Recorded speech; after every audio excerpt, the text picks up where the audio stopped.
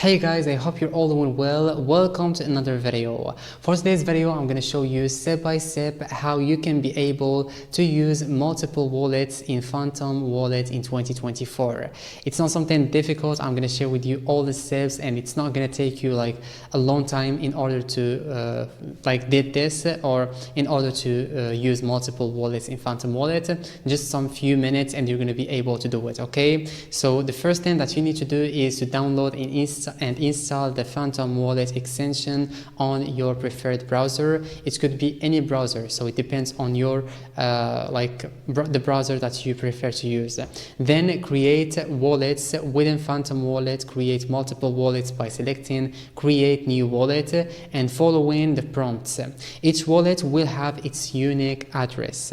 Then manage wallets. Access your multiple wallets by clicking on the Phantom Wallet extension icon in your browser, and then you will see a drop-down menu listing your wallets.